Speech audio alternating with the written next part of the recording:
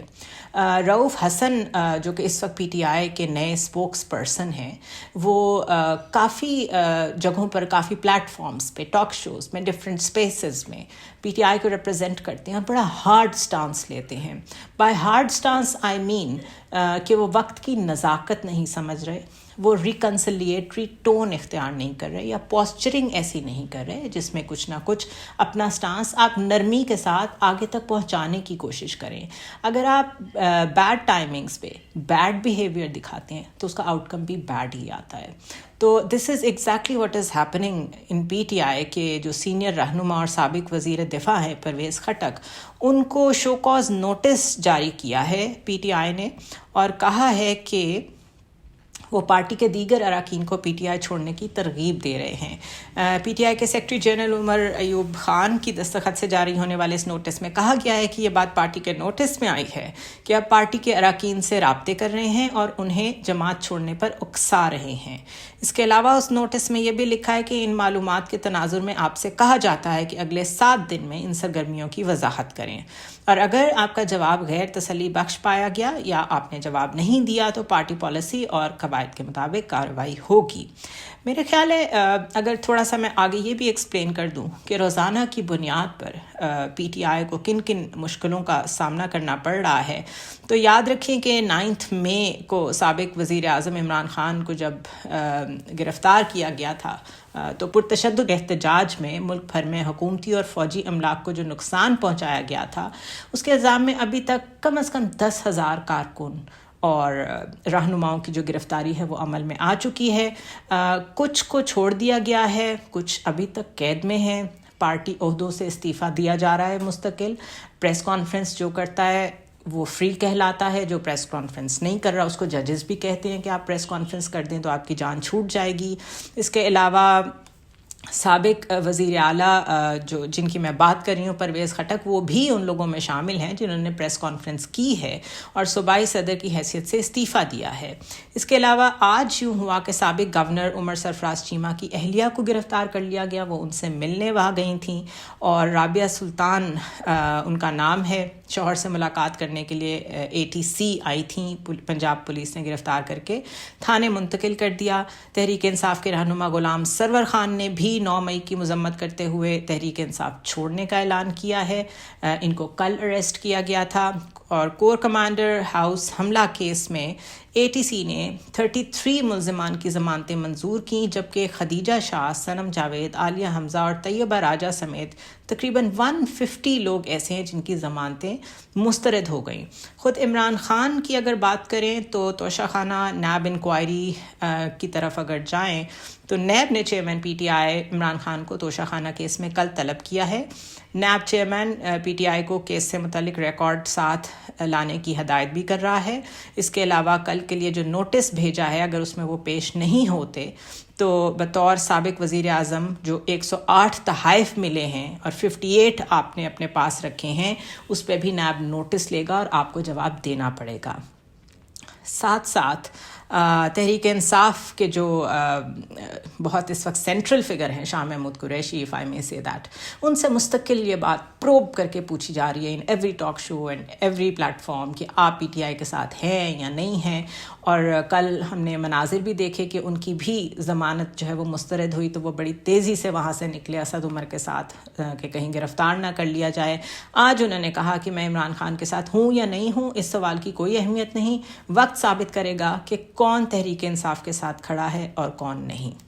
اس میں کوئی شک نہیں کہ اس وقت اس سارے منظرنامے کو دیکھیں تو ایک پارٹی پہ بڑا مشکل وقت ہے۔ کس وجہ سے ہے؟ It has a back ground, اور اس بیک گراؤنڈ کی بھی ایک ہسٹری ہے۔ پاکستان کا پولیٹیکل لینڈسکیپ ماضی کو اگر آپ نہیں سمجھتے کہ یہ کس طرح چلتا آیا ہے تو اس کے بغیر انکمپلیٹ ہے۔ اس میں پوسچرنگ کیسی رکھنی ہے، اس میں کتنا سمارٹلی پلے کرنا ہے، اس میں آپ کو کیوں ایسا وقت دیکھنا پڑا کہ آپ آل اگینسٹ ون ہو گئے ہیں۔ تو یہ ساری سچویشن اگر آپ نہیں سوچیں گے ٹھنڈے دماغ سے، اس کے مطابق اپنا پالیسی رسپانس نہیں تیار کریں گے جماعت کا، اور آپ اسی طرح بیہیو کریں گے جس طرح آپ ہمیشہ سے کرتے آئے ہیں، تو یہ ایک بیڈ ڈیسیجن ہوگا، and it will be an bad taste for the party supporters, for the party itself. Party کو قائم رہنا چاہیے۔ جو سانحہ 9 مئی ہوا دیٹ از انپریسیڈنٹڈ، پاکستان کی ہسٹری میں آج تک ایسا واقعہ نہیں ہوا۔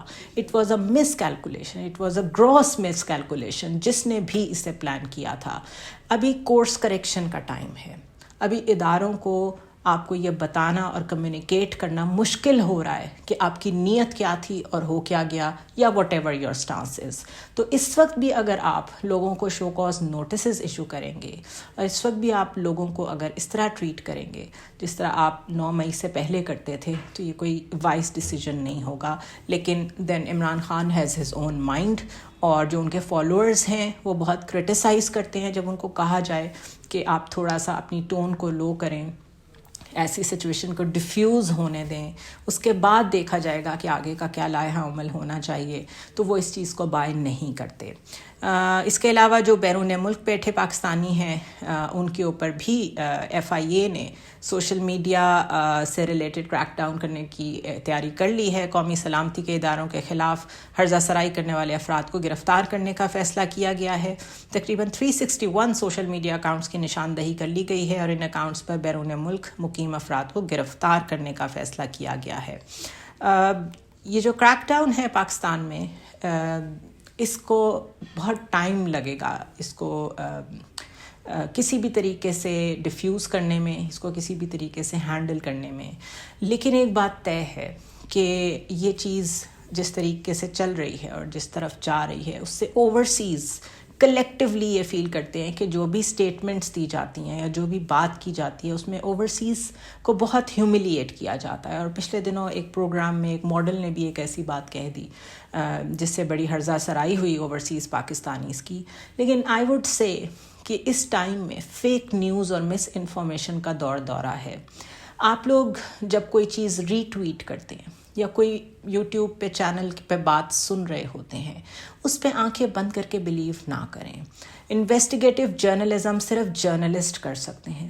آج کل ہر کوئی یوٹیوب پہ چینل بنا کے بیٹھا ہوا ہے because it's a lucrative way of earning money. But اس کے ساتھ ساتھ جو لوگوں میں پولرائزیشن جا رہی ہے، ہر کوئی کلیم کرتا ہے اس کے پاس سچی خبر ہے، ہر کوئی کہتا ہے میں آپ کے پاس اندر سے خبر لے آیا ہوں. Please don't buy that. اس پولرائزیشن کو روکنے کا واحد طریقہ یہی ہے. اور اگر آپ جاننا چاہتے ہیں کہ کون سی فیک نیوز ہے اور کون سی ریئل نیوز ہے، اس کے سمپل فارمولاز ہیں. اگر تو کسی اوتھینٹک سورس سے، کسی اسٹیبلشڈ چینل سے، کسی اسٹیبلشڈ انویسٹیگیٹو جرنلسٹ سے یا کسی شخص سے آپ کو ڈائریکٹ وہ خبر سننے کو مل رہی ہے تو آپ اس پہ بلیو کریں. لیکن اگر کسی نے کہا ہے میرے ذرائع نے یہ بتایا ہے، اور اس شخص کو جرنلزم میں آئے ہوئے سال ہوا ہو، 2 سال ہوا ہو، ہاں اس کے فالوورز بہت زیادہ ہوں یوٹیوب میں، تو جا کے ٹریک کریں ان کی ٹائم لائن کہ کیا کوئی اوتھینٹسٹی، کیا کوئی ٹائم لائن میں جرنلسٹک سینس یا ایتھکس آپ کو نظر آتی ہیں. کیا وہ شخص اتھارٹی کے ساتھ بات کرتا ہے، کیا اس شخص کے کوئی کریڈینشلز ہیں ماضی میں جرنلزم کے. ان چیزوں کو چیک کریں، کریڈیبل سورسز کی طرف جائیں. اینڈ اف یو فیل کہ ایک شخص شاید بولتا تو بہت اوتھینٹکلی ہو، لاؤڈ بولنا، ایگزیجریٹڈ وے میں بولنا پاکستان میں انفارچونیٹلی بڑا پسند کیا جاتا ہے. This is not the criteria. اس کو آپ لوگ ڈسکریج کریں، ایسے کنٹینٹ کو ڈسکریج کریں جو ہیٹ پہ مبنی ہو، چاہے وہ اداروں کی طرف ہیٹ ہو، چاہے وہ ہیٹ ڈائریکٹڈ ٹورڈز مائنورٹیز ہو. آپ اس شخص کی نیت دیکھیں، اس کے الفاظ کا چناؤ دیکھیں، اور اپنے آپ کو ڈسٹنس کریں ایسی چیزوں سے جو حقیقت سے بہت دور ہیں اور صرف مینیپولیٹو ٹیکنیکس ہیں to buy more viewership and buy more attraction and buy more money. تو بہرحال جو اوورسیز پاکستانیز کے ساتھ ہو رہا ہے، اس میں اوورسیز پاکستانیز کو خود بھی بہت کانشیس ہونا پڑے گا، کیونکہ ایسے ایلیمنٹس بہرحال باہر بیٹھے ہوئے موجود ہیں جو کہ اس طرح کی نیوز روزانہ کی بیسس پہ نشر کرتے ہیں، جس سے نقصان سراسر عام آدمی کا ہو رہا ہے. کیونکہ جو ایفیکٹ آتا ہے کریک ڈاؤن کا وہ ہر ایک پہ آتا ہے، جو ایفیکٹ آتا ہے ریسٹرکشنز کا اور جو فیصلے ہوتے ہیں وہ پاکستان میں بیٹھے ہوئے ہر شخص پہ آتا ہے. ہم لوگ یہاں رہ رہے ہیں، ہم لوگ سچویشن کو بہتر سمجھتے ہیں، ہر کوئی اپنے لیے بہتر ڈیسیجن میکنگ کر رہا ہے. This is not the time to criticise each other یا ایک دوسرے کا مذاق اڑایا جائے. اگر کوئی خاموش ہونا چاہتا ہے، اس کو لگے اس کی فیملی کے لیے یا اس کے لیے یہ بہتر ہے کہ وہ خاموش ہو جائے، وہ اس کا حق ہے.